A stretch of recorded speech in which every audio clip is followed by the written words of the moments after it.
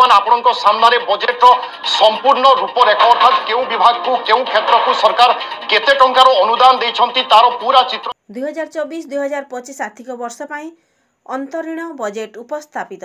जानतु क्यों क्षेत्र को केते हैला व्यय बराद, क्यों विभाग को केते टंका। चलतु देखिबा। 2024-2025 आर्थिक वर्ष लगी मोट 2,55,000 कोटी बजेट आनिछंती राज्य सरकार। सेथिरु 1,18,000 कोटी टंकार कामचला बजेट रही।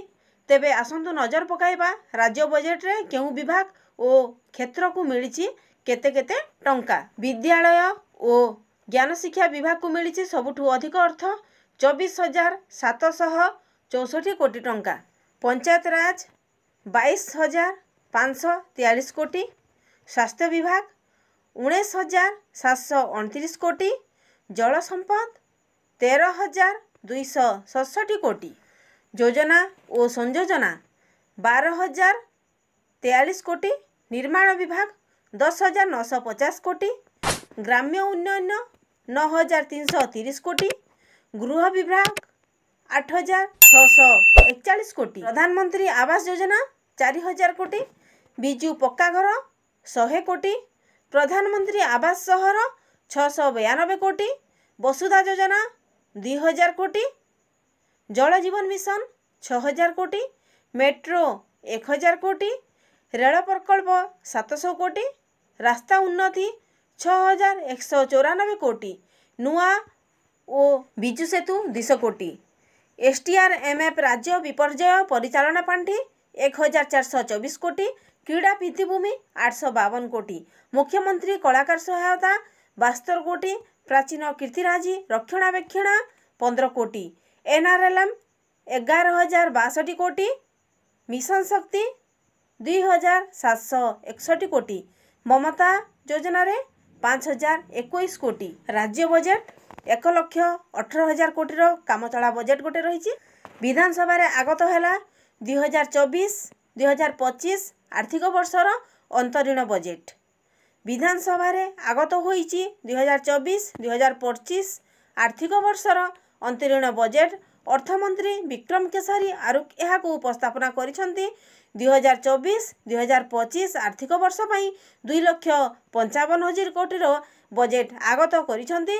अर्थमंत्री विक्रम केशरी आरुख निर्वाचन पई कामचला बजेट परिमाण हेउची 1,18,000 कोटी टंका।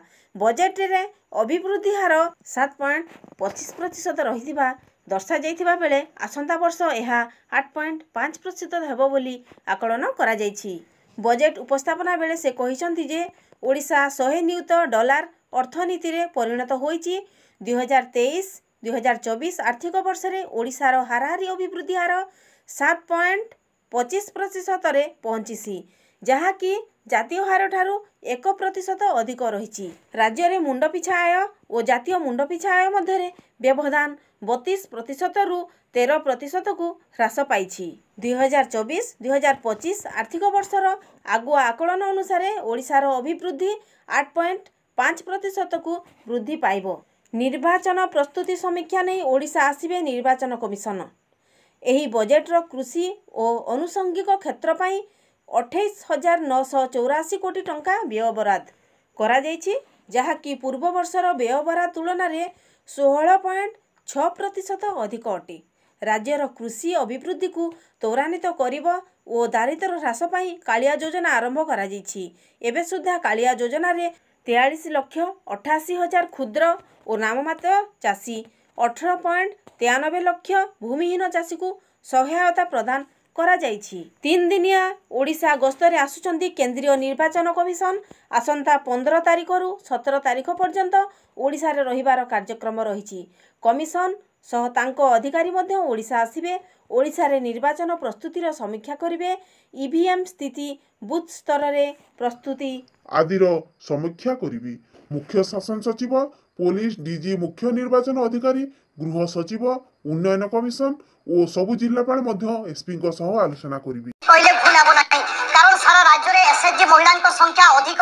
एसएचजी महिला केमिति बिना सुधरे ऋण पाई पारिबे से सरकार पूर्व व्यवस्था करथिले एवं सेति प्रति अनुदान बढ़ाई छंती। सेहि भली महिला स्वास्थ्य सुरक्षा में देखिचे बीएसकेवाई रे सर्वाधिक रही। ता सहित বিএসকেওয়াই নবীন কার মধ্যে যোড়ি হয়েছে।